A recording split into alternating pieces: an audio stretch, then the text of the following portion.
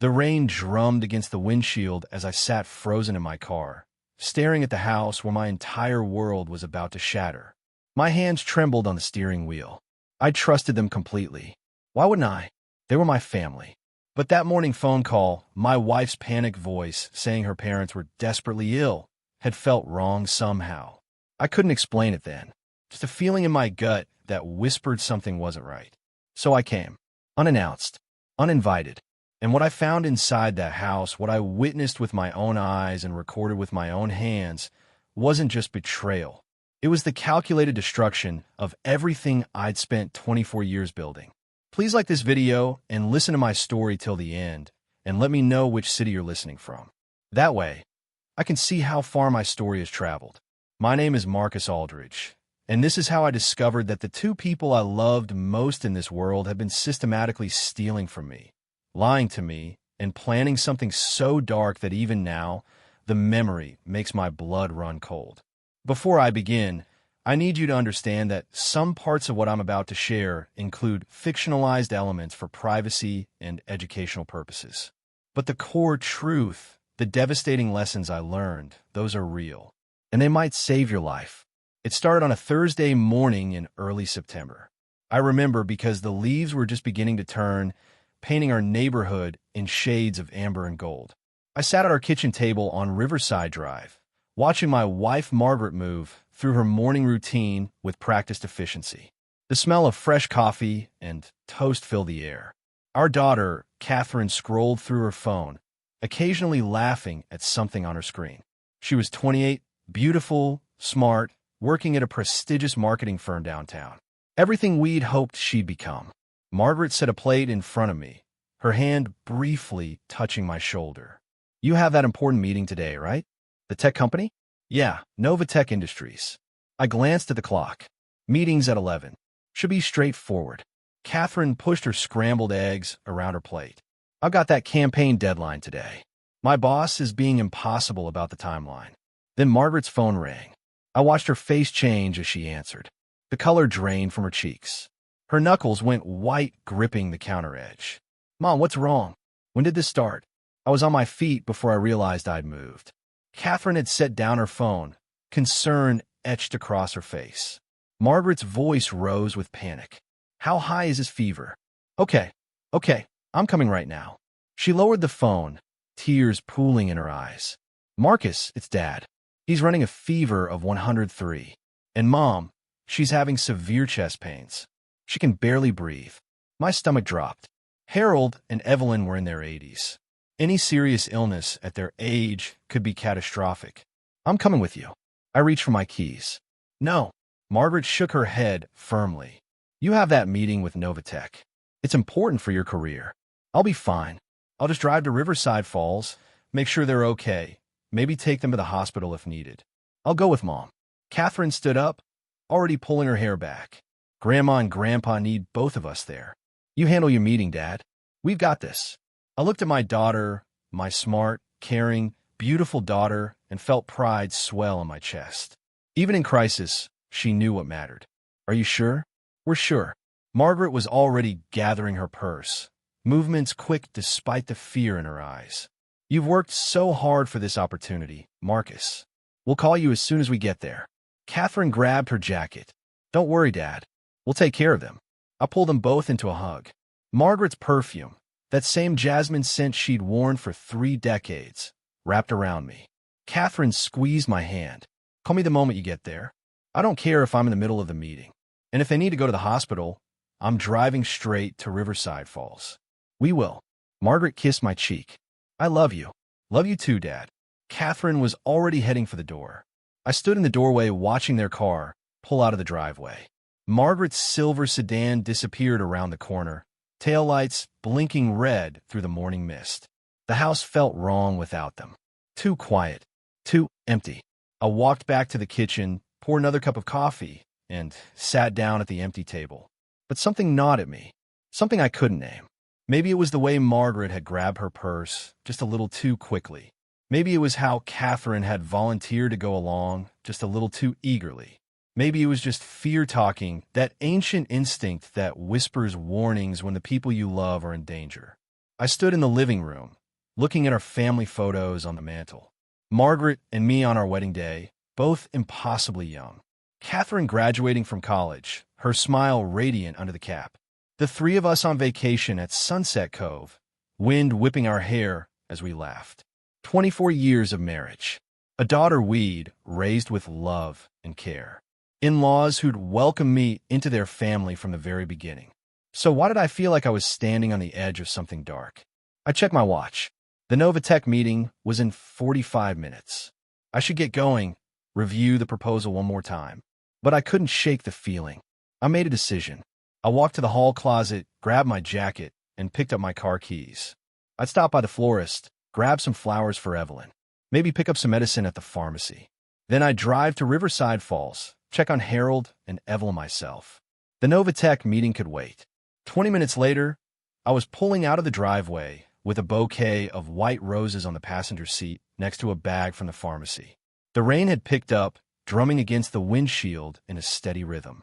I didn't know it then, but I was driving toward the end of my marriage, the end of my trust, the end of the man I'd been for 58 years. 2 hours later, I would stand on Harold and Evelyn's doorstep with flowers in my hand and watch my entire world collapse. I'd been driving for almost an hour, the windshield wipers keeping rhythm with my thoughts as rain continued to fall across Highway 27. The landscape stretched through gray farmland and scattered trees, everything blurring past my windows. I kept thinking about Evelyn and Harold.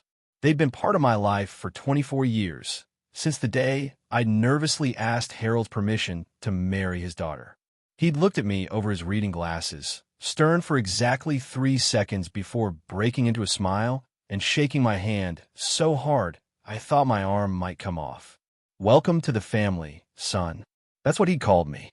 Son. Evelyn had been just as welcoming. Every Thanksgiving, she'd make her famous peach cobbler specifically because she knew it was my favorite. Every Christmas, she'd slip me an extra piece of fudge when Margaret wasn't looking with a conspiratorial wink. Good people. Kind people. And now, at 80 and 78 years old, they were facing serious illness. Maybe worse. I took the exit for Riverside Falls. The rain seemed to intensify as I navigated through familiar streets. I'd made this drive countless times over the years. Birthday parties, holiday gatherings, random Sunday visits. Magnolia Street appeared on my right. I turned, drove 3 blocks, and there it was. 847 Magnolia Street. A modest single-story house with cream-colored siding and dark green shutters. Harold's old pickup truck sat in the driveway, and the front gate was standing wide open. My foot eased off the gas pedal. That wasn't right.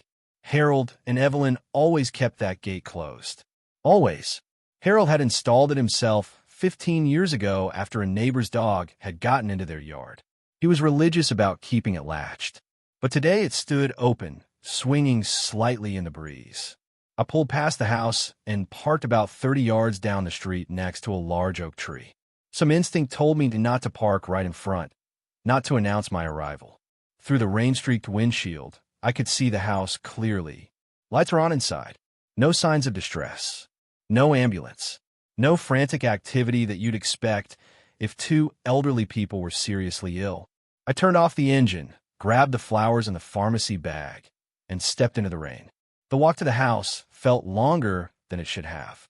Each step echoed too loud against the wet pavement. That's when I heard it. A television playing clearly enough that I could make out the enthusiastic voice of a game show host, followed by audience laughter and applause. I stopped walking. Sick people didn't watch game shows. People with 103-degree fevers and severe chest pains didn't sit around watching television. They were in bed, in pain, maybe on their way to the emergency room. My heart started beating faster. The front door was slightly ajar, just a crack. I reached out and pushed it open a few more inches. It moved silently on well-oiled hinges.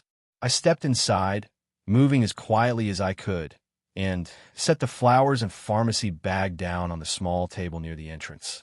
The television was louder now, and underneath the TV noise, I could hear voices. Not moaning in pain, not crying out for help, just talking. Normally, casually. I moved down the hallway. Each footstep felt like thunder, even though I was walking on carpet. I reached the living room doorway and looked inside. My entire world tilted sideways. Evelyn sat on the sofa with a plate of cookies on her lap, watching television with obvious enjoyment. She wore her favorite purple cardigan, the one she always wore when she was comfortable and happy. No sign of chest pains, no difficulty breathing. She reached for another cookie, took a bite, and laughed at something on the screen. Harold sat in his recliner with a morning newspaper spread across his lap, reading glasses perched on his nose. No fever, no illness. He looked up at the TV, chuckled at a joke, then went back to his paper. Both of them were perfectly, completely, undeniably healthy. I felt like I'd been punched in the stomach. Margaret had lied to me. There was no emergency, no sick parents, no crisis. So why were they here?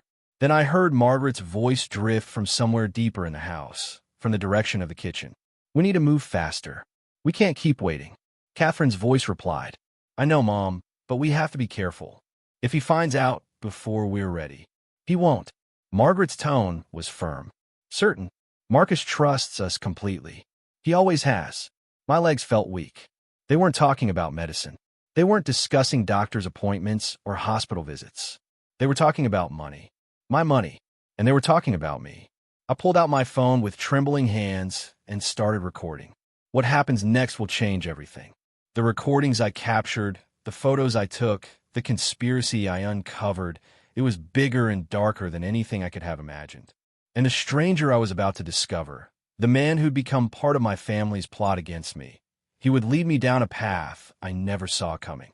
But I need you to understand something before we continue. What I'm about to share gets much worse. The theft, the lies, the attempts on my life, all of it is coming. Are you ready to hear the rest? My hand shook so badly I could barely hold the phone steady.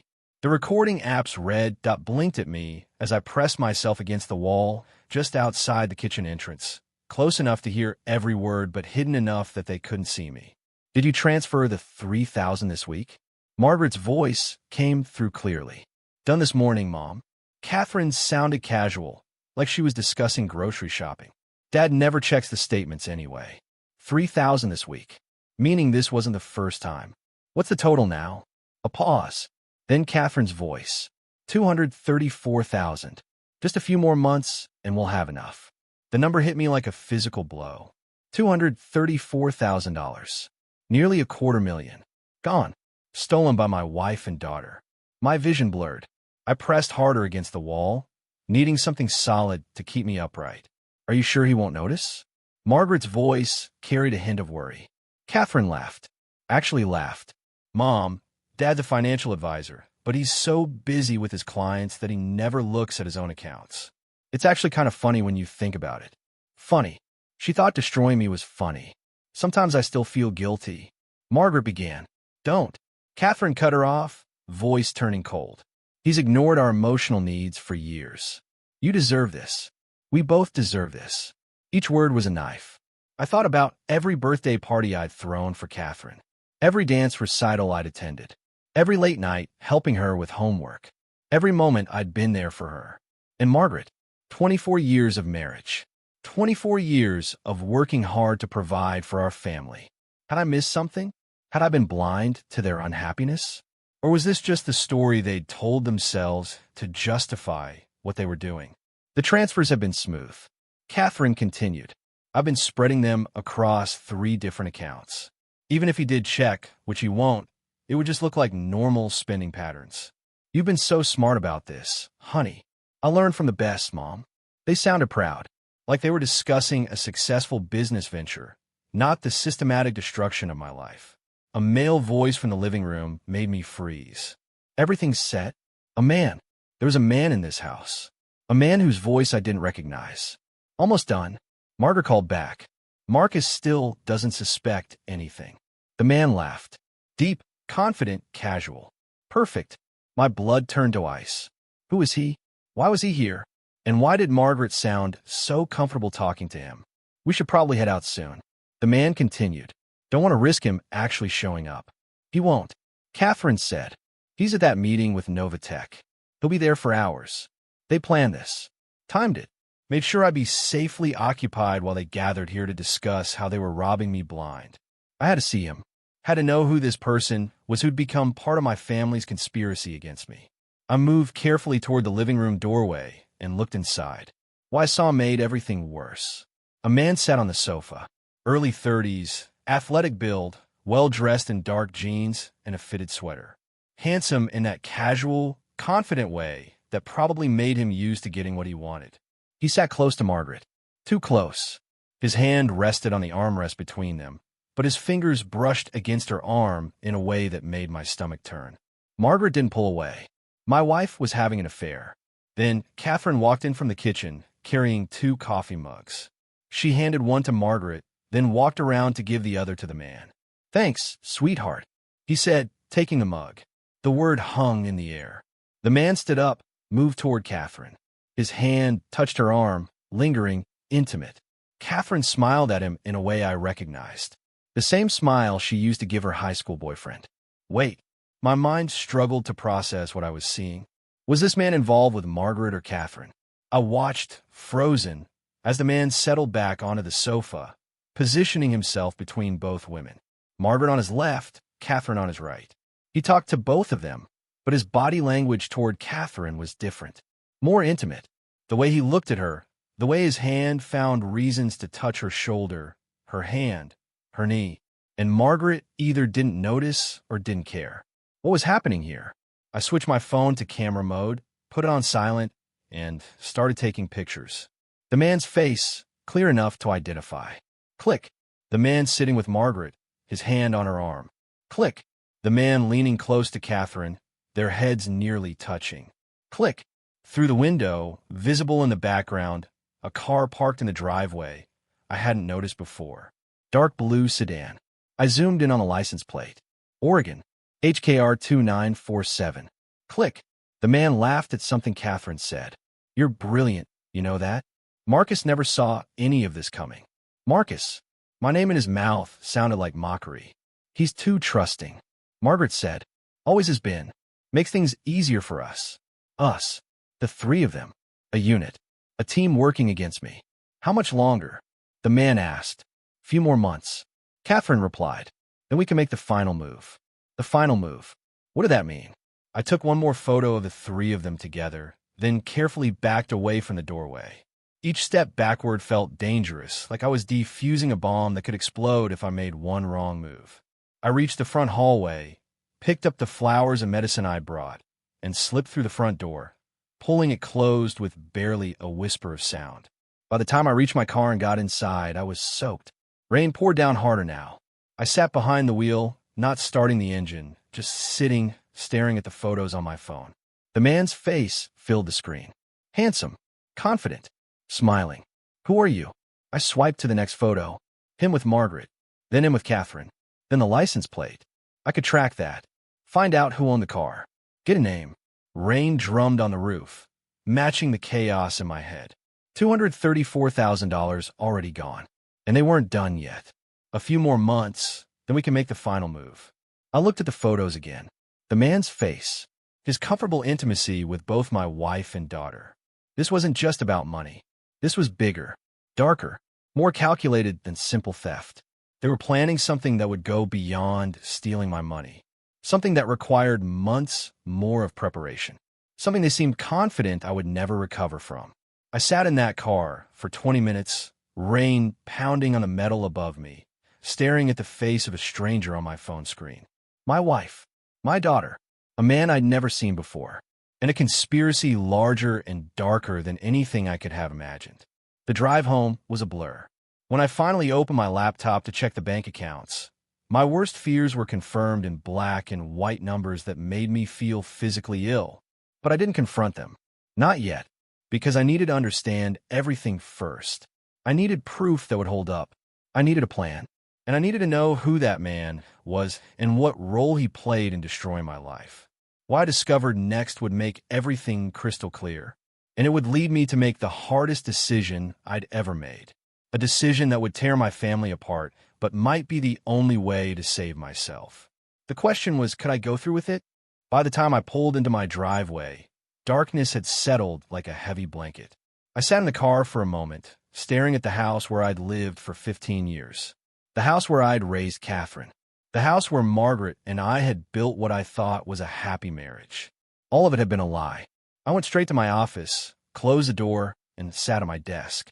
My laptop sat waiting, almost mocking me. Please let this be wrong. Please. But I already knew it wasn't.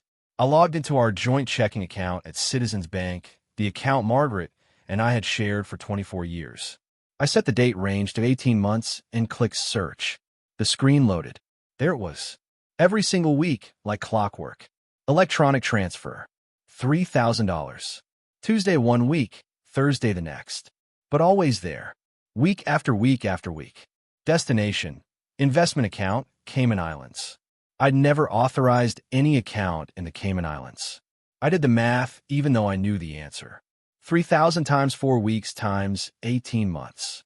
$216,000. I scrolled deeper and found the anomalies. Larger transfers scattered throughout. 5,000 here, 8,000 there, another 3,000. Total, $234,000. Exactly what Catherine had said. My chest tightened. I stood up, walked to the window. Outside, water dripped from trees. A neighbor walked a dog. Normal life continuing while mine collapsed. I'd worked 60-hour weeks for this money. Skipped vacations. Missed Catherine's dance recitals because of client deadlines. Told myself it was worth it because I was providing for my family. For what? To fund my own destruction? I pulled out my phone and found the name I needed. Thomas Richardson, college roommate. Now one of Portland's top divorce attorneys. 2 rings. Marcus, long time. What's going on? Tom, I need help. It's urgent. Everything in my tone changed his demeanor instantly. Come to my office right now. 30 minutes. I'll be waiting. I hung up and immediately dialed again. Richard Carlson, my accountant for 10 years. Meticulous, thorough, trustworthy. Marcus, what can I do for you? Richard, I need every financial record, every account, every transaction, every document. 3 years back. A pause. Richard was smart enough to understand what I wasn't saying. Is everything all right? No, but it will be. How fast can you get it? I'll pull everything tonight. Tomorrow morning? Perfect. Thank you. I set the phone down and took a breath. The pieces were moving into place. Legal representation. Financial documentation. Evidence. This was real. This was happening. My phone buzzed. Margaret. A text message. How did your meeting go? Hope it went well. Love you. Love you. I stared at those words until they meant nothing. Then the phone rang. Margaret calling. Her contact photo smiled up at me. Last summer at Sunset Cove, sunset behind us, her telling me how lucky she felt. She couldn't know I knew. Not yet. Not until everything was in place. The phone rang once, twice, 3 times. My finger hovered over the answer button, but I couldn't. Not yet. I let go to voicemail. Another buzz. Voicemail notification. I didn't listen. Instead, I grabbed my keys, my laptop, and the printed bank statements. 30 minutes to Thomas's office. As I locked the front door, my phone buzzed again. Margaret, everything okay? You didn't answer. I typed back with steady hands. Sorry, in the car. Meeting ran late. Heading to another client. Talk tonight. Love you. The lie came easier than expected. Behind me, the house stood empty, holding secrets I'd been too blind to see. But I wasn't blind anymore. By the time I pulled into my driveway, darkness had settled like a heavy blanket.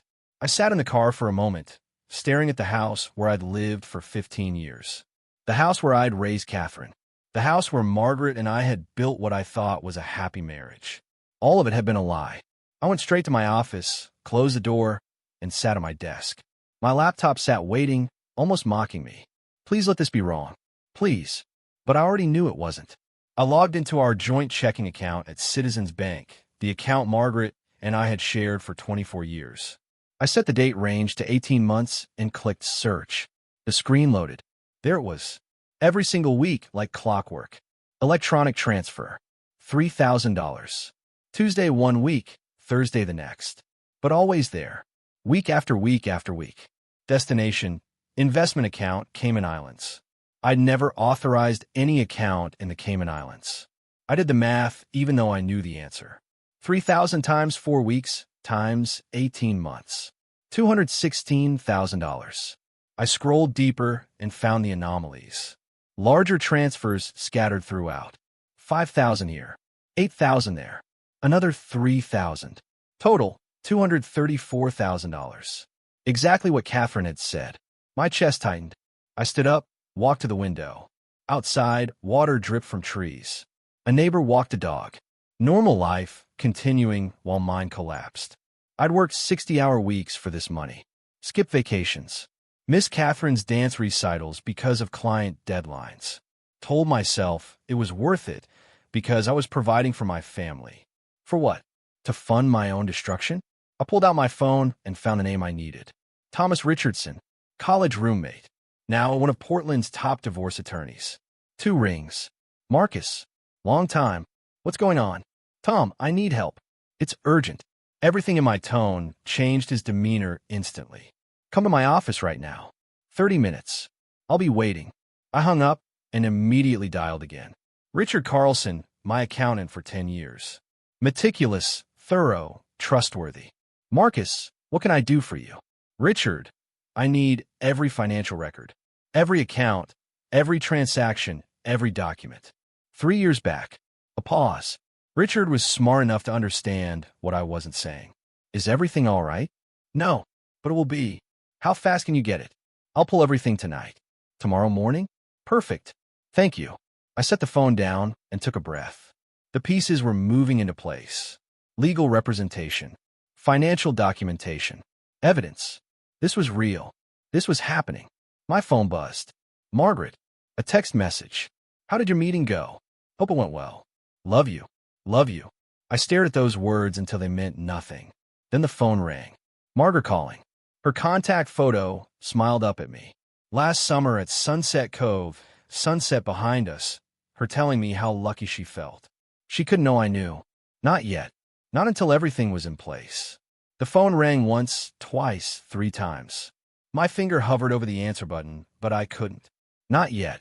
I let it go to voicemail. Another buzz. Voicemail notification. I didn't listen.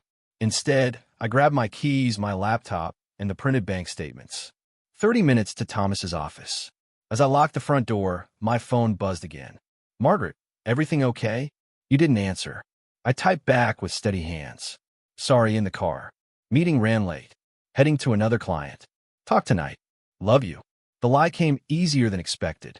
Behind me, the house stood empty, holding secrets I'd been too blind to see. But I wasn't blind anymore. Inside, I was dying. Every word Catherine spoke, I heard her voice from the recording. Dad never checks his accounts. It's actually kind of funny. Every time Margaret touched my hand, I felt that stranger's hand on her arm in her parents' living room. But I smiled. I laughed at Catherine's jokes.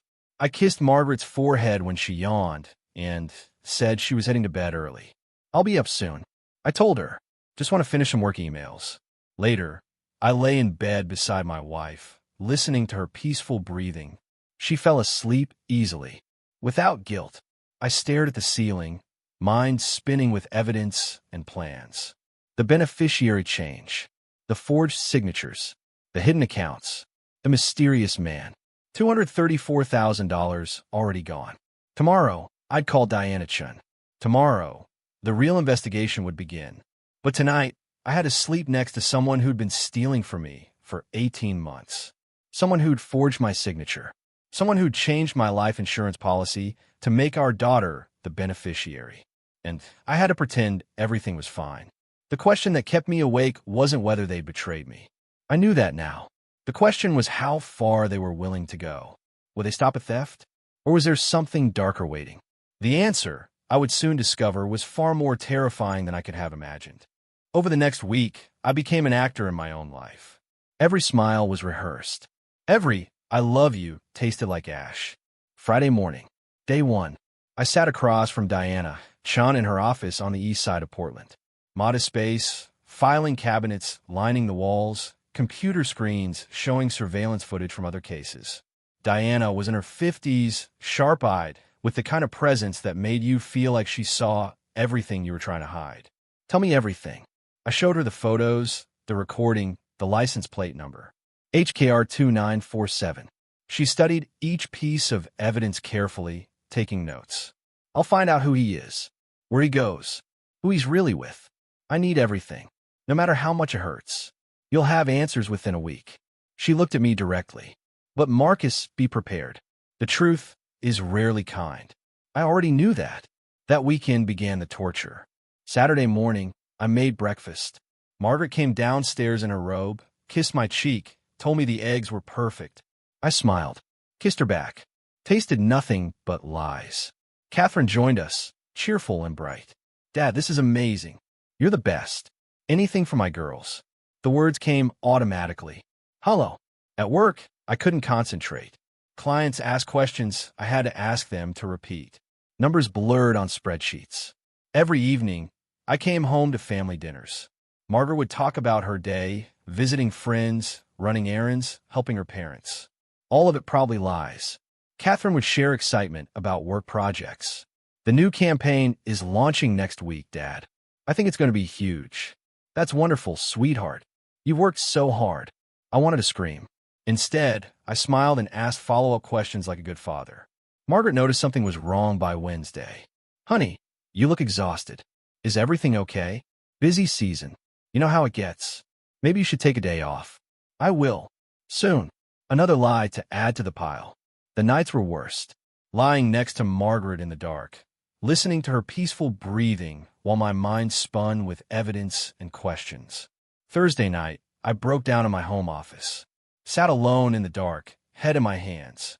24 years of marriage. A daughter I'd raised from birth. Had any of it been real?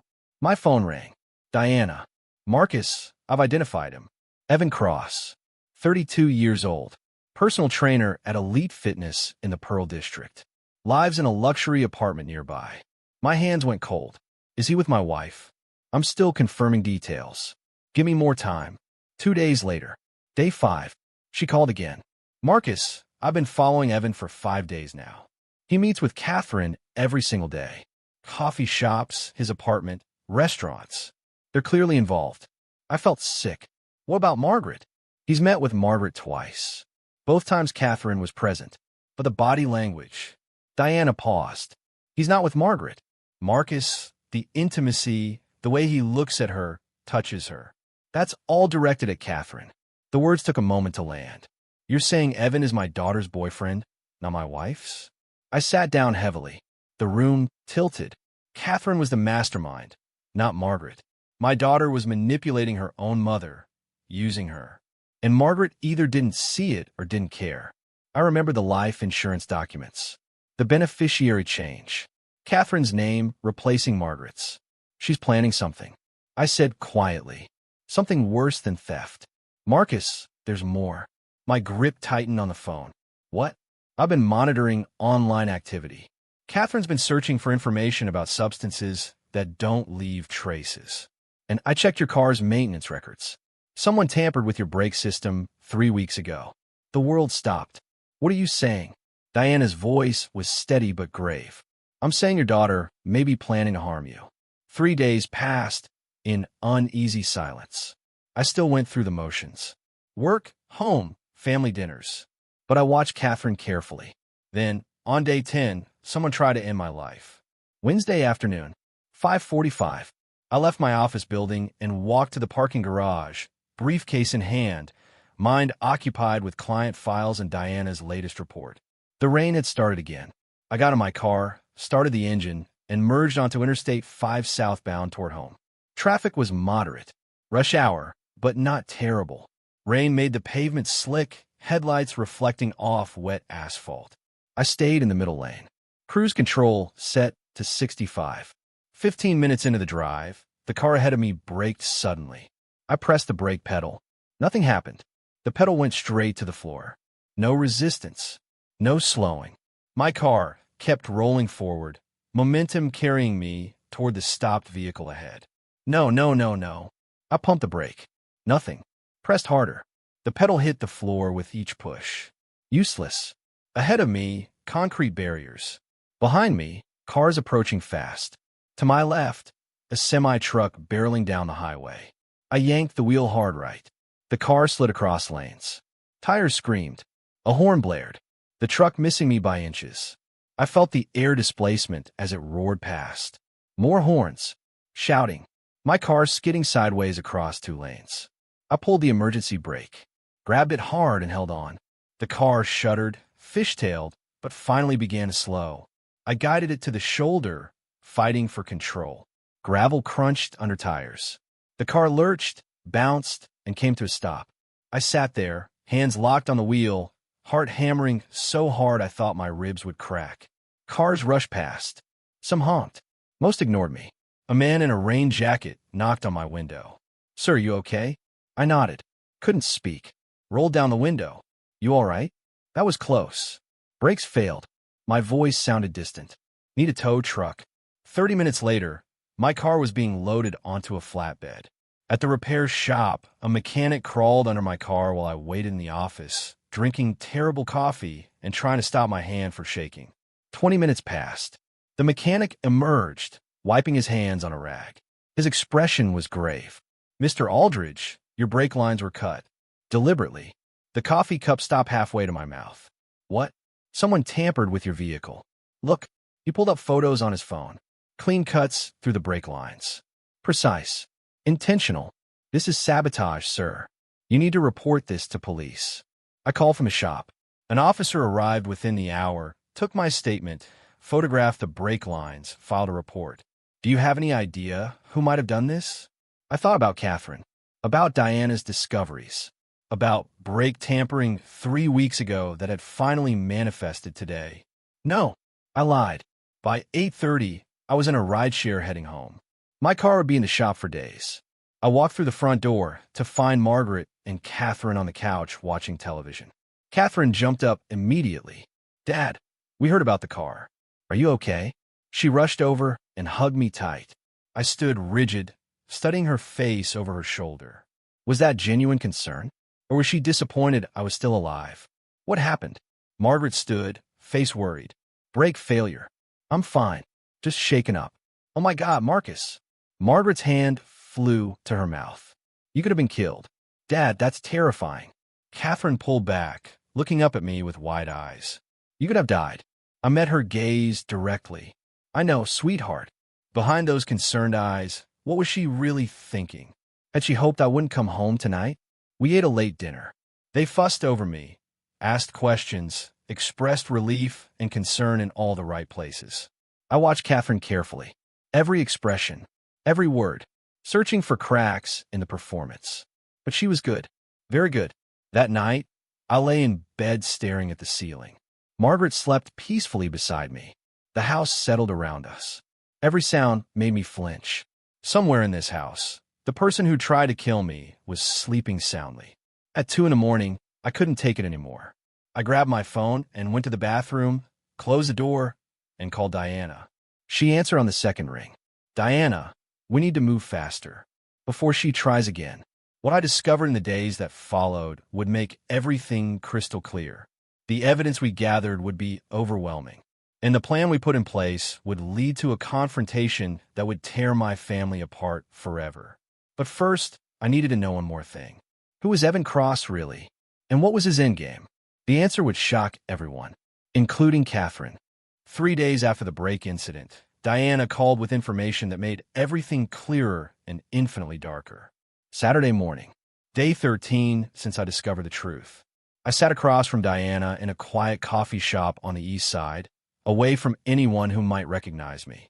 She slid a thick folder across the table. "Evan Cross. Here's what I found." I opened it. The first page showed his driver's license photo. That confident smile. Those eyes that had looked at my daughter with calculated interest. 32 years old. Personal trainer at Elite Fitness in the Pearl District. Annual salary approximately $45,000. Rents an apartment for $2,800 a month. I did the math quickly. That's most of his income just on rent. Exactly. Diana pulled out more photos. But look at what he drives. A Mercedes. Dark blue. The same one I'd photographed outside Harold and Evelyn's house. I looked up the model. Sticker price, $65,000. And his clothes. More photos. Designer labels. Expensive watches. This isn't a $45,000 lifestyle. Marcus, where's the money coming from? From Catherine. From my accounts. She showed me surveillance photos next. Evan and Catherine outside a restaurant, his arm around her waist. Evan and Catherine entering his apartment building, her hand in his. A kiss on a street corner that made my stomach turn. Then photos of Evan with Margaret. Coffee shops. Casual conversations. But the body language was completely different. Professional. Distant. No touching. Catherine thinks Evan loves her. Margaret thinks the same thing. But Evan only loves money. The words settled over me like ice. Monday afternoon, my phone rang. Richard. Marcus, sit down. I was already sitting at my desk, but his tone made me brace myself. I've completed the full analysis. Well, I found. He paused. It's worse than we thought. Tell me. 8 months ago, there was a $50,000 transfer from your investment account. The memo line says investment, Evan's Gym startup. But there is no gym, no business registration, no LLC formation, nothing. The money went directly into Evan's personal account. $50,000 gone for a business that never existed. And Marcus, your life insurance policy, $1 million. 6 months ago, the beneficiary was changed from Margaret to Catherine. The authorization signature is supposed to be yours. I never signed that. I know, but if you were to pass away, Catherine would receive $1 million. My blood ran cold. The break lines. The failed attempt. She needed me gone. Wednesday evening. Day 17. I came home early, told Margaret I had a headache, and went upstairs. But I didn't go to the bedroom. I went to my office and closed the door quietly. Catherine was in her room. I could hear her voice through the wall. She was on the phone. I moved into the hallway, standing just outside her door. Mom thinks you're her boyfriend, Evan. A male voice on speakerphone. Evan, let her think that. We need her cooperation. But what about Dad? When is it going to happen? My heart stopped. Be patient, babe. The first attempt didn't work. But there are other ways. I can't wait much longer. I need that insurance money. Soon. Very soon. I promise. I stood frozen in the hallway. Every word was a knife. They were planning to kill me. My daughter and her boyfriend were actively planning my death so they could collect $1 million. And Margaret was just a pawn. She thought Evan cared about her. Had no idea he was using her, manipulating her, keeping her compliant while he and Catherine plotted murder. I backed away from the door, silently, down the stairs, into my office, locked the door. 24 years of marriage. A daughter I'd loved from the moment she was born. And it had all led to this. I picked up my phone and called Thomas. We need to move faster. They're planning a second attempt. This time they might succeed. Thomas's response was cold, controlled. Then we strike first. Tomorrow we accelerate everything. 2 days later, on a quiet Sunday morning, the second attempt came. It was more direct, and it almost succeeded. Sunday, 9 in the morning. I sat in the living room with a newspaper spread across my lap, trying to maintain the appearance of normalcy even though every nerve was on alert. Footsteps on the stairs. Catherine came down already dressed, her face bright with a smile. Good morning, Dad. Want some coffee? I'm making your favorite. I looked up from the paper. My favorite. Caramel latte with an extra shot of espresso. She only made that on special occasions. That would be great, sweetheart. She disappeared into the kitchen. I heard the espresso machine hissing, the clink of mugs. 10 minutes later, she returned carrying a large ceramic cup. Extra shot, just how you like it. She sat on the coffee table in front of me with a smile that looked completely genuine. Thank you, Catherine. I wrapped my hands around the warm cup. Steam rose from the surface. It smelled perfect. Rich coffee. Sweet caramel. Exactly the way I'd always liked it. Is this it? Is this the moment? But I couldn't show fear. Couldn't let her know I suspected anything. I took a sip. It tasted normal. Sweet. Strong. Exactly right. I took another sip. Then another. Over the next 20 minutes, I drank half the cup while reading the sports section and occasionally commenting on articles to Catherine. 9:45. The room tilted. I gripped the armrest of the chair. The newspaper slid from my lap. Dad? Catherine's voice sounded distant. You okay? My heart was racing, pounding so hard I could hear in my ears. The room spun like I was on a carnival ride. I don't feel right. I tried to stand. My legs buckled. I went down hard, hitting the floor with my shoulder. Couldn't breathe. My chest was tight, constricting, vision blurring at the edges. Dad, Mom. Betty's footsteps thundered down the stairs. Oh God, Marcus. I tried to respond, but couldn't form words. The ceiling swam above me. Catherine's face appeared, hovering over mine. Her expression perfectly crafted concern. Call 911. Her voice sharp, panicked. Mom, call them now. The world faded in and out. Darkness creeping in from the sides. My last coherent thought. She did this. She put something in the coffee. Then nothing. Fluorescent lights. Beeping machines. The antiseptic smell of hospital. I opened my eyes slowly. White ceiling tiles. And four in my arm. A doctor stood beside the bed, checking a chart. He noticed I was awake. Mr. Aldridge, you're at Providence Portland Medical Center. You had a severe reaction. Your wife brought you in. What happened? We found extremely high levels of sedatives in your system. Enough to cause respiratory failure. How much did you take this morning? My mind raced through the fog. I needed to be careful. Couldn't reveal the truth yet. I must have taken my sleep medication by mistake. Thought it was my vitamins. The doctor's expression was skeptical. Mr. Aldridge, the concentration we found would be equivalent to 8 to 10 pills. Are you certain this was accidental? I've been under a lot of stress. Work. I probably wasn't paying attention. He studied me for a long moment. We'll need to keep you overnight for observation. After he left, Margaret and Catherine were allowed in. Margaret rushed to the bedside, tears streaming. Marcus, you scared us to death. Catherine took my hand, squeezing it gently. Her fingers felt cold. Dad, you have to be more careful with your medications. I looked into her eyes, saw perfect concern, perfect worry, a flawless performance. I will, sweetheart. I promise. She held my hand for another moment, then let go. As she turned away, I could swear I saw something else flicker across her face. Disappointment. Frustration. She'd expected me to die today. That night, after Margaret and Catherine had gone home, after the nurses had checked on me one final time, I locked myself in the hospital bathroom with my phone. My hand shook as I dialed Diana's number. She tried again. I whispered, something in the coffee. Sedatives. I almost didn't make it. Diana's voice came through, cold as steel. Marcus, we end this now. I'm arranging 24-hour protection. We need 1 week to prepare everything perfectly. Next Sunday. We'll end this next Sunday. Thomas called it the end game. I call it justice. Either way, we had 1 week to prepare for the moment that would change everything. Wednesday morning, day 23. I sat in Thomas's conference room, surrounded by evidence of my family's betrayal. Thomas, Diana, and Richard were all present. The table between us was covered with documents, photos, and printed transcripts. Let's review what we have. Thomas organized the materials into neat stacks. First, the audio recordings. 5 minutes of Margaret and Catherine casually discussing how they'd stolen from me. Next, Diana's surveillance photos. Evan with Catherine, Evan with Margaret. Then Richard's financial analysis. He compiled everything into a single report.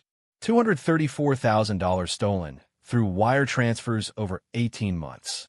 $120,000 taken through a forged mortgage on your house. $50,000 sent to a fake gym investment that never existed.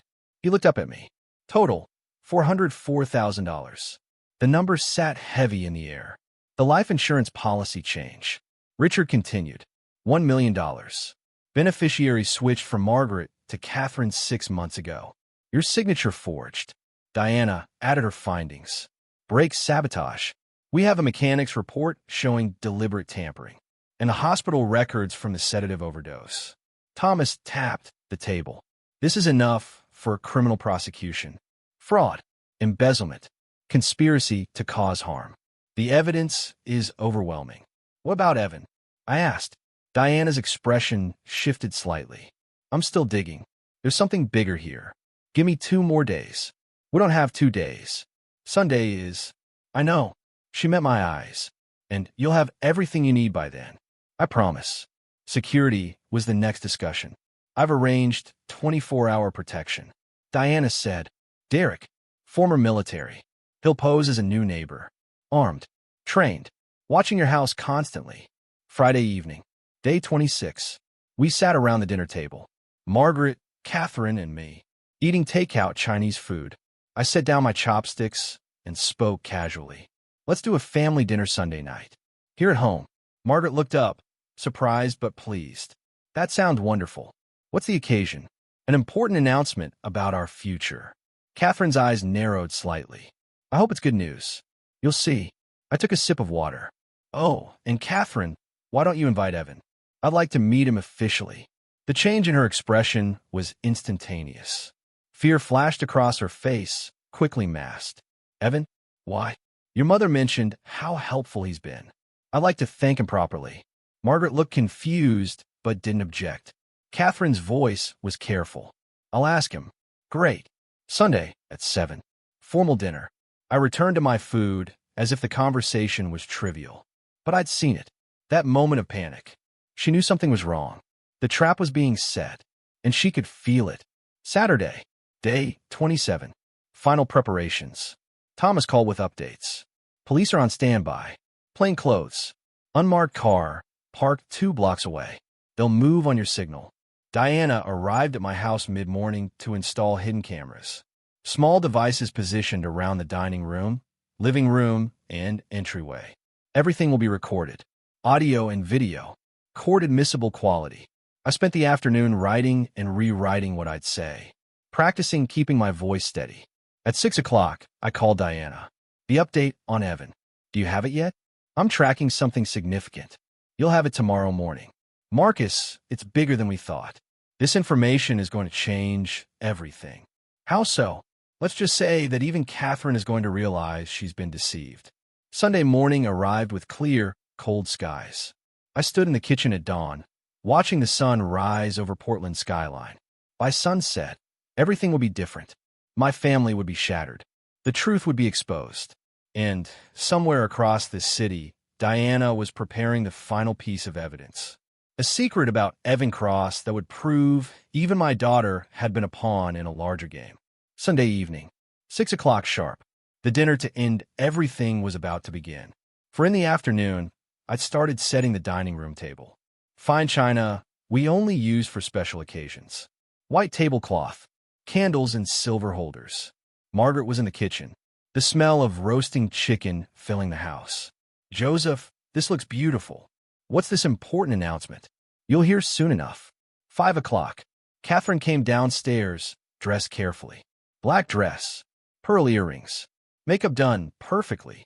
But her hands kept reaching for her phone, checking it, setting it down, checking it again. Is Evan coming? I asked casually. He'll be here at 6. Good. 5:55. The doorbell rang. Catherine practically ran to answer it. I stayed in the living room, listening. Hey, babe. Evan's voice. A kiss. You look amazing. They entered together. Evan wore a button-down shirt and dress pants. Polished. Confident. I stood, extending my hand. You must be Evan. I'm Marcus. His handshake was firm. His smile easy. Great to finally meet you, sir. I've heard so much about you. I studied him. Younger than I'd expected. Handsome. The kind of charismatic presence that made you want to believe whatever he said. Should we sit? Margaret gestured toward the dining room. Let's chat first. I wanted a few more minutes. Wanted to watch them interact. We settled in the living room. Margaret returned to the kitchen. Catherine sat on the couch. Evan beside her. Close but not touching. Beautiful home, Mr. Aldridge. Thank you. Result of 20 years of work. Catherine mentioned you're a financial advisor. That's right. I help people protect their assets. Make sure no one takes advantage of them. Something flickered across his face. Brief. Quickly masked. The dining room table looked perfect. Candlelight cast warm shadows. I took my place at the head of the table. Margaret sat to my right. Catherine to my left. Evan beside her. Margaret brought out the food. This looks wonderful, honey. Should we say grace? Of course. We joined hands. My right hand held Margaret's. My left held Catherine's. Both of them had betrayed me. And here we sat, holding hands like a family. Lord, thank you for this food and for this family. Amen. Amen, we echoed. The silence was thick, heavy. Margaret tried to break it. So, Evan, how did you and Catherine meet? Before he could answer, I interrupted. I set my fork down carefully. The sound of metal on china rang clear in the quiet room. Everyone looked at me. Before we continue, there's something we need to discuss. Margaret set down her wine glass. Marcus, what's going on? Catherine's face had gone pale. Evan lowered his fork slowly. We need to talk about the $404,000 that's been stolen from me. The words hung in the air like thunder. Silence descended. Margaret's fork clattered onto her plate. What? Marcus, what are you talking about? I kept my voice calm. Cold. Weekly wire transfers. $3,000 every week for 18 months to an offshore account in the Cayman Islands. Dad, I didn't. Catherine started. Don't lie anymore, Catherine. Not now. Margaret's face had gone white. There must be some mistake. No mistake. I reached beside my chair where I'd hidden a folder earlier. I opened it, spreading bank statements across the table. I pushed the folder toward Margaret. She looked down at the pages. Her hand trembled. I can explain. I don't want explanations. I want the truth. I pulled out my phone. Let me play something for everyone. Marcus, don't. Margaret's voice broke. I pressed play. Margaret's voice came through the speaker, clear and unmistakable. Did you transfer the $3,000 this week? Catherine's reply, done this morning, Mom. Dad never checks the statements anyway. The recording continued. 2 minutes of my wife and daughter casually discussing how they'd stolen from me. When it ended, I set the phone down. Recorded 3 weeks ago at your parents' house in Riverside Falls. Betty looked up at me, eyes wide with shock. You were there? Your parents weren't sick. Never were. You lied so you could meet with Catherine and plan this. Margaret's voice shook. Marcus, I'm so sorry. Sorry for what? For stealing from me or for getting caught? She flinched. I was lonely. You were never home. Always working. So you stole from me. That's your justification. I turned to Catherine. You said that? Catherine's mouth opened, but no sound came out. I pulled out more documents. House mortgage. $120,000 taken out a year ago. I slid the paper toward Margaret. Look at the signature. She looked. Her face went even paler. That's not my signature. It's a forgery. Someone used my name to take out a loan against our house. I added another document. Fake gym investment. $50,000 sent to a business that doesn't exist. Margaret stared at the papers. $404,000. All of it gone. I didn't know about those. Margaret sobbed. Marcus, I swear I only knew about the weekly transfers. But you knew enough. My voice was ice. You knew you were stealing from me. You knew you were lying to me every single day. She buried her face in her hands, shoulders shaking. I let the silence stretch. Then I spoke again. But that's not even the worst part, Margaret. She looked up, tears streaming. What do you mean? The worst part is what you don't know. I looked at Catherine, then at Evan, then back to Margaret. Tell your mother the truth, Catherine. Tell her about Evan. All the color drained from Catherine's face. Evan's jaw tightened. Margaret looked between them. What about Evan? He's been helping us. Helping you? I let the question hang. Or using you? I don't understand. I think you do. Deep down, I think you've known something wasn't right. Margaret looked at Evan. Really looked at him. Evan has been very attentive to our family. I continued. To you, Margaret. Making you feel seen. Feel valued. Hasn't he? She nodded slowly. And you believed he cared about you. That maybe after all these years of me being absent, someone finally saw you. More tears fell. Marcus. But look at where he's sitting, Margaret. Who he chose to sit next to. She looked. Evan sat beside Catherine. I reached under my chair and pulled out a tablet. Open a video file. Diana Chun is an excellent investigator. I pressed play and turned the screen toward Margaret. The video showed a street corner. Evan and Catherine standing close together. Then Evan pulled her in, kissing her deeply. Betty's face transformed. Disbelief. Suspicion. Then horror. No, that can't be. The video auto-played to the next clip. A coffee shop. Catherine sitting on Evan's lap. Another clip. A restaurant. Hands clasped across the table. Margaret stood so abruptly her chair scraped loudly. Catherine, you and Evan? Tears streamed down Catherine's face. Mom, I'm sorry. You're sorry? Margaret's voice cracked. I thought he loved me. He never loved you, Margaret. I kept my voice cold. He was using you. Evan spoke for the first time. This is ridiculous. Sit down, Evan. I'm not finished. He remained standing. I continued, looking at Margaret. Catherine met Evan 10 months ago. They planned everything. The theft, the offshore accounts, using you as an accomplice without you even knowing the full scope. Margaret turned to Catherine, face twisted with hurt. You let me think I was having an affair with him. You told me he cared about me. Mom, you weren't happy with Dad. So you used my loneliness to steal from your father? I pulled out more documents. Life insurance beneficiary change 6 months ago. Change from your mother to you. $1 million. I let that sink in. I never signed that authorization. It's forged. Another document. Mechanics report. My brake lines were deliberately cut 3 weeks ago. I nearly crashed on Interstate 5 at 65 miles per hour. Margaret's hand flew to her mouth. Oh my God. And 2 Sundays ago, I collapsed after drinking coffee you made, Catherine. The hospital found dangerous levels of sedatives in my system, enough to cause respiratory failure. Margaret turned to Catherine, eyes wide with horror. You try to hurt your father? No, I would never. I have recordings, Catherine. I heard you on the phone with Evan. When will it happen? You asked him. I need that insurance money, you said. Catherine's face crumbled. I was drowning in debt. Austin Mercer scammed me out of $85,000. I lost everything. Evan said he'd help me. Evan helped you plan to end my life. That's a lie. Evan's voice was sharp. I ignored him. Margaret stared at Catherine like looking at a stranger. I thought we were in this together.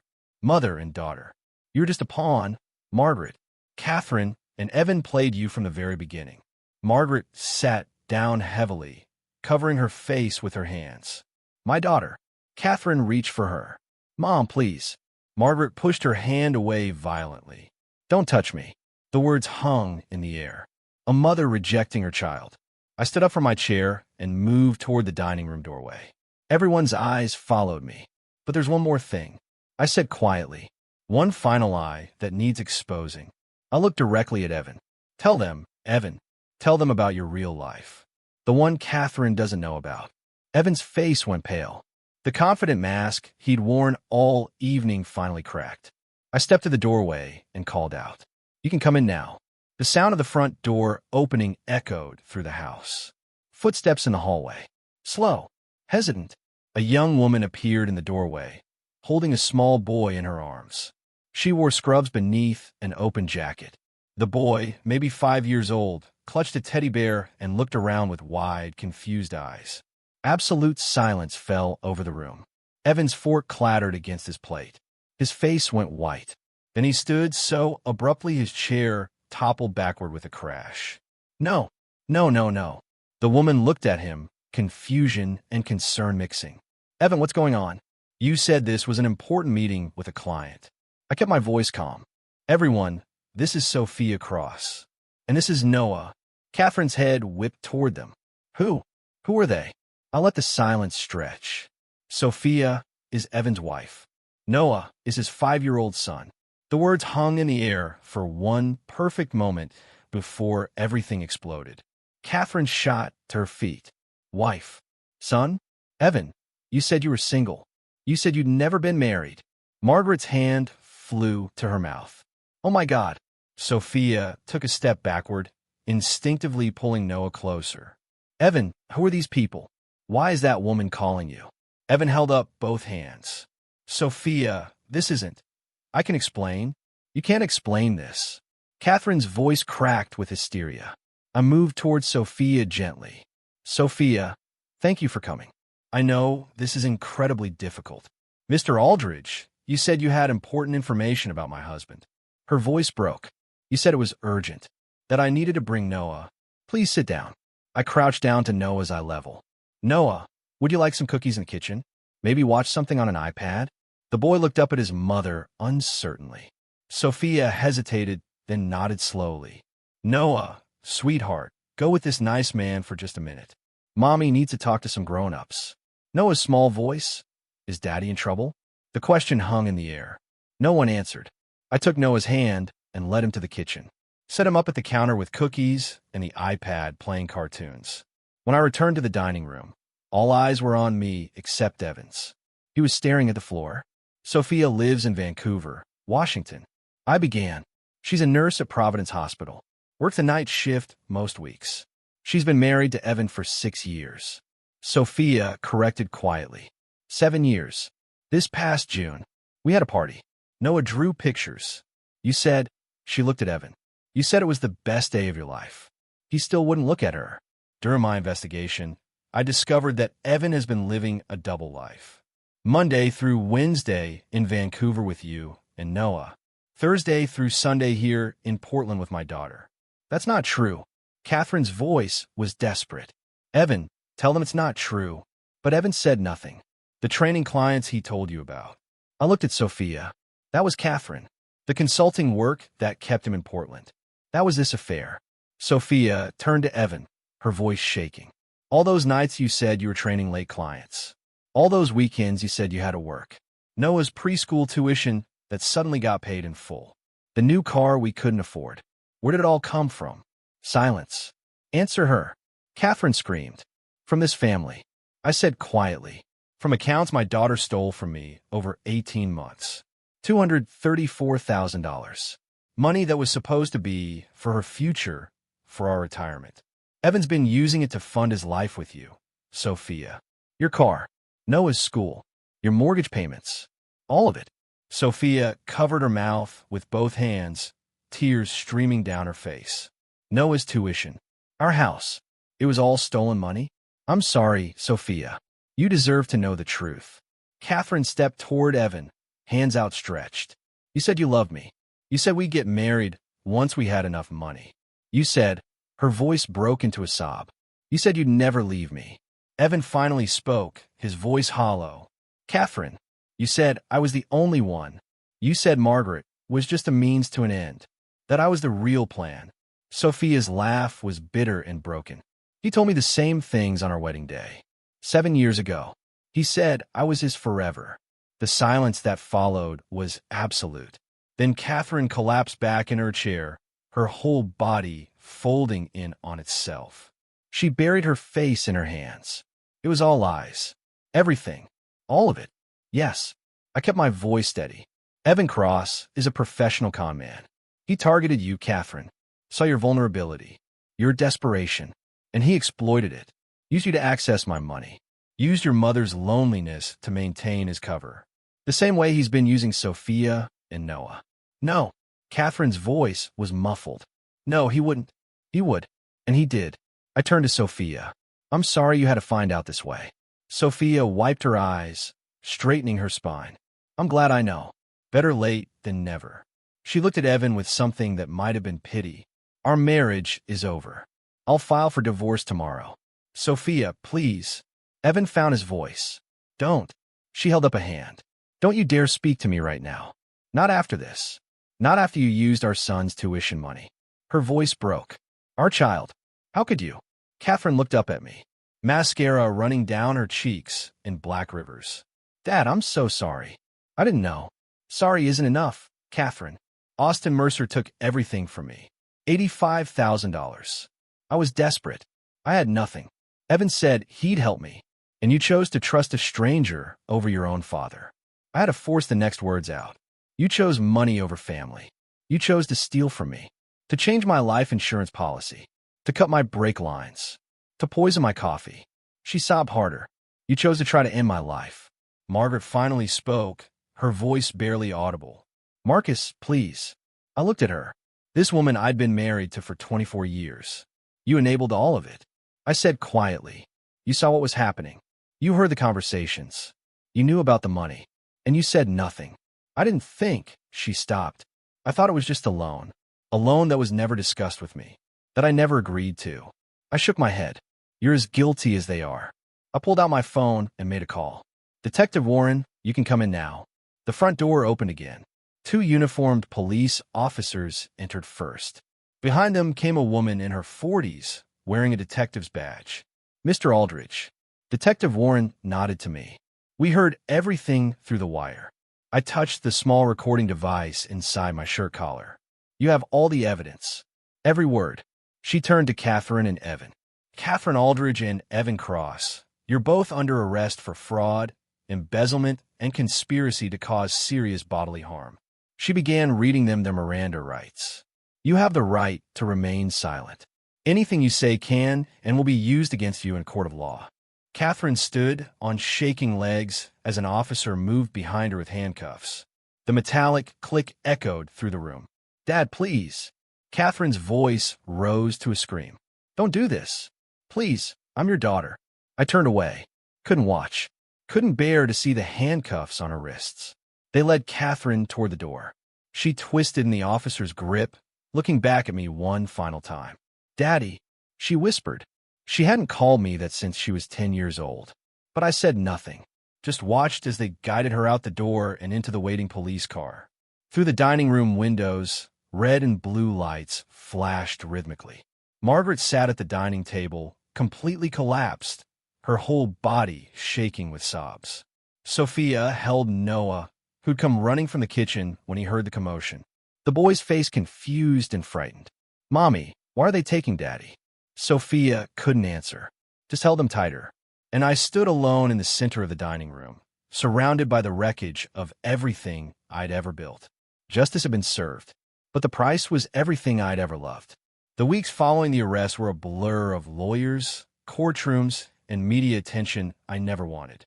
Catherine and Evan were denied bail. "Flight risk," the judge said. Margaret was questioned for hours, but she cooperated fully. 2 days later, she moved out and went to stay with her sister. The media descended. My phone rang constantly. I changed my number. I sold the house 3 months after the trial. I couldn't live there anymore. My new apartment in the Pearl District was smaller, simpler, and entirely mine. No ghosts, no memories. I transitioned to part-time consulting work. I no longer worked 60-hour weeks. Instead, I started volunteering. Every Tuesday and Thursday evening, I taught a free course at Portland Community College. Protecting yourself from financial fraud, even from family. The first night, 12 people showed up. By the third week, the room was packed with 40 students. I share my story openly, not for sympathy, but for education. Last month, a woman in her 70s approached me after class with tears in her eyes. Her son had been forging checks from her account for 3 years. My class gave her the courage to report him. She hugged me tightly and whispered, "Thank you for saving what's left of my life." I thought about that hug often. It reminded me why I kept teaching. March 15th, the trial began. The courtroom was packed. Media in the gallery. Public spectators. People I'd known for years watching as my private devastation became public record. I took the stand. For hours of testimony. The cross-examination was savage. "Mr. Aldridge, were you an emotionally distant father? I worked hard to provide for my family. But did you ever tell Catherine you loved her? Every day of her life. Yet she felt desperate enough to steal from you. Why do you think that is?" I had no answer that would satisfy them. Day 5. Catherine took the stand. She was sobbing before the prosecutor even asked the first question. "I made terrible mistakes. I was drowning in debt. $85,000. Austin Mercer had scammed me, and I was desperate. Evan promised to help. I trusted him." The prosecutor's voice was cold. "Did you put sedatives in your father's coffee on March 10th? Long silence. The entire courtroom waited. "Yes." "Did you know that dosage could end his life?" Another pause. Then barely a whisper. "Yes." The courtroom erupted. The judge had to call for order. March 28th. After 6 hours of deliberation, the jury returned. Evan Cross, guilty on all counts. 12 years in prison. Catherine Aldridge, guilty on all counts. 8 years in prison. Margaret Aldridge, having pleaded guilty to lesser charges. 3 years probation and 500 hours of community service. As the guards led Catherine away in handcuffs, she looked at me one final time. Her eyes were empty. Hollow. The daughter I'd raised was gone. I walked out of the courthouse into Portland's gray drizzle. Thomas walked beside me, holding an umbrella. "It's over," he said, but I knew better. The legal battle was over. The emotional battle was just beginning. Dr. Helen Carver's office became my sanctuary. Twice a week, I sat in that chair and tried to piece myself back together. April. My first session. "Joseph, what brings you here?" I stare at my hands. I don't know how to feel anymore. My daughter tried to end my life. My wife helped her steal from me. I got justice in court, but I don't feel better. Justice and healing are different things. She said gently, "Justice is external. Healing is internal." How do I heal from this? By allowing yourself to feel everything. The anger, the grief, the betrayal, all of it. And eventually, by choosing peace over bitterness. The sessions continued, twice a week, Tuesday and Friday afternoons. Week 3, I broke down completely. What did I fail as a father? Joseph, you didn't fail. Catherine made choices. Bad choices. Terrible choices. But they were her choices, not yours. But I must have done something wrong. Good parents raise children who are still human, who still have free will, who can still make devastating mistakes. Her voice was firm. You can't control another person's choices, not even your child's. In May, she suggested I join a support group. Survivors of family fraud. Wednesday evenings in a church basement. I walked in nervous. 12 people sat in a circle, all carrying the weight of family betrayal. The facilitator smiled. Welcome, everyone. Who want to share first? I just listened that first night. A man in his 50s. My brother stole my inheritance. A woman in her 60s. My son forged my signature and took my house. A younger man, maybe 30. My wife and her boyfriend drained our accounts while I was deployed overseas. Each story was different, but the pain underneath was the same. I'm not alone. By the 3rd week, I share my story. The group nodded. They understood. A woman named Patricia spoke up. The hardest part isn't the money, is it? No, it's the trust you'll never get back. Exactly. August arrived with unexpected clarity. I woke up one Saturday morning and knew what I needed to do. I needed to see Catherine face to face. I called Thomas. Can you arrange a prison visit? Are you sure, Marcus? This could be incredibly painful. I need closure. For myself. The visit was approved for the following Saturday. I drove south to Coffee Creek Correctional Facility. 45 minutes through farmland.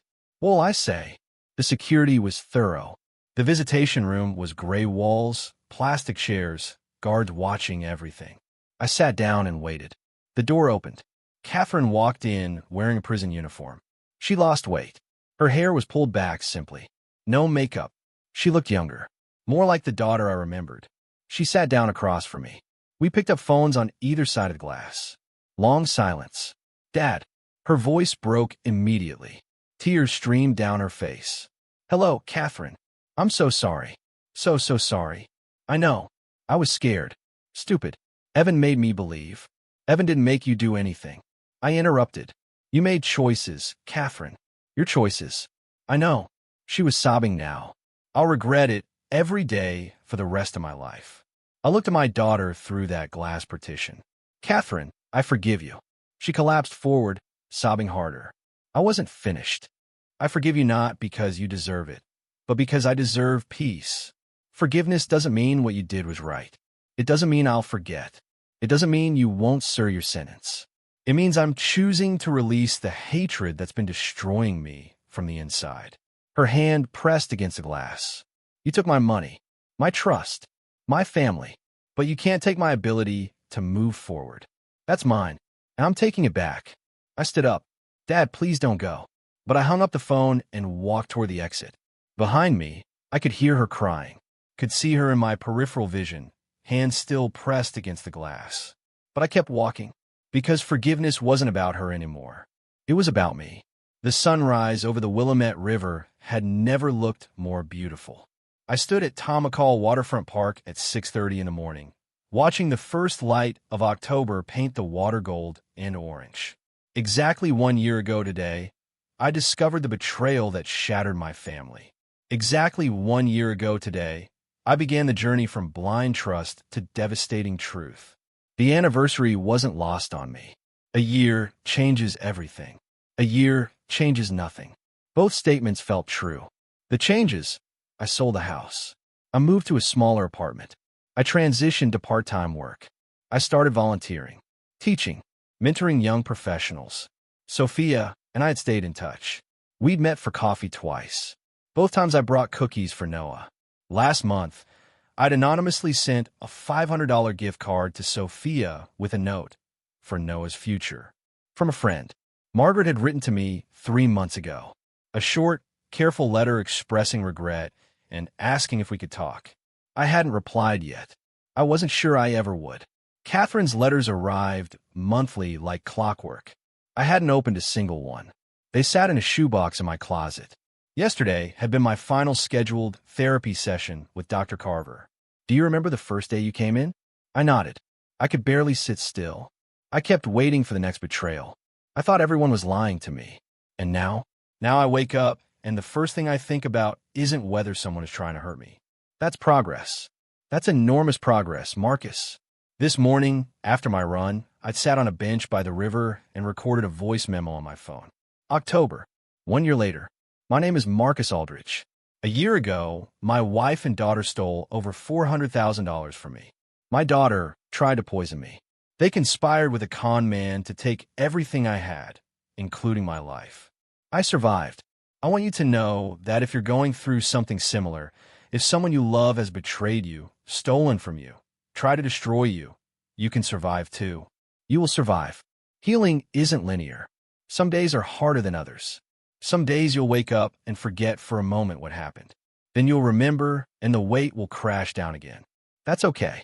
That's part of the process. I'm not telling you to forgive. Forgiveness is personal. It's about choosing your own peace over their hold on you. I've forgiven some people. Others I haven't. Maybe I never will. And that's okay too. What matters is this. I'm still here. I'm still standing. I'm teaching, mentoring, helping others. I'm learning to trust again. Carefully, cautiously, but genuinely. You can do this. You can rebuild. It won't look the same as before, but it can be good. It can even be beautiful. This is my story. Maybe one day I'll share it. Maybe it will help someone else find their way out of the darkness. For now, I'm choosing to live. I'm choosing hope. I'm choosing to believe that despite everything, there is still good in this world. And I can be part of it. My name is Marcus Aldridge. And today, I'm okay. I saved a recording and titled it, My Story, October. I walked into my favorite coffee shop near the Pearl District Apartment. The barista greeted me with a warm smile. The usual, Mr. Aldridge? Just Marcus. And yes, please. As she prepared my coffee, I noticed an older gentleman at a corner table fumbling with his phone. Without thinking, I approached. Need a hand with that? He looked up, surprised and grateful. I'm trying to set up mobile banking, but I can't figure out this app. I pulled up a chair. Let me show you. And here's a tip. Always enable two-factor authentication. It'll protect you from fraud. 20 minutes later, he had everything set up. He thanked me profusely, offering to buy my coffee. I declined politely. Just pass it forward. Help someone else when you can. The barista handed me my coffee with a note scribbled on the cup. You're a good person. Don't forget that.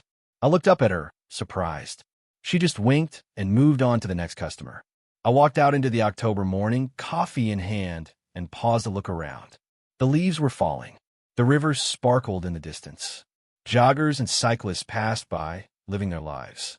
For the first time in a year, I felt it. Real, genuine happiness. Not the fragile hope I'd clung to in the early months, but something deeper. Something earned. I didn't know what the future held. I didn't know if I'd ever fully trust again. If I'd ever rebuild a family. If I'd ever stop carrying the scars of betrayal. But I knew this. I was still here. I was still fighting. I was still choosing to believe in goodness, even after everything. And that was enough. I took a sip of my coffee and smiled at the words on the cup. You're a good person. Maybe I was. Maybe despite everything, I still was. The morning sun warmed my face as I walked home. It was going to be a beautiful day. Tell me in the comments. And if you've dealt with something similar, share your story. You're not alone. Subscribe for more stories about standing your ground and reclaiming your life. To you listening to this family story, remember this. I thought I knew my family. I thought 24 years of marriage and raising a daughter meant something. I thought trust was earned through time, through sacrifice, through love. I was wrong. God gave me eyes, but I chose to be blind. God gave me wisdom, but I chose to ignore the warning signs. God gave me a second chance when my brakes failed, when the poison didn't kill me. And I finally listened. Don't be like me. Don't wait until you've lost $400,000 and nearly your life to see the truth. Don't confuse love with blindness. Don't mistake loyalty for stupidity. This family story taught me that the people closest to you can hurt you the most. Not because they're strangers, but because you gave them the keys to your life. You opened every door. You trusted without verifying. And they walked right in and took everything. What I did wasn't about anger. It was about justice. It was about refusing to be a victim. It was about standing up and saying, no more. But here's the truth. Justice doesn't heal you. Justice doesn't bring back what you lost. It just closes the chapter so you can finally start a new one. So check your bank accounts. Watch for the warning signs. Trust, yes, but verify. Love your family, but protect yourself. And when God shows you the truth, no matter how painful, have the courage to face it. That's my advice. That's what this family story cost me to learn. Now it's your turn to share. Have you ever been betrayed by someone close? How did you handle it? If this story resonated with you, please hit that subscribe button and share this with someone who needs to hear it. Thank you for listening all the way to the end. It means more than you know. Take care of yourself and your finances. This is Marcus Aldridge, signing off.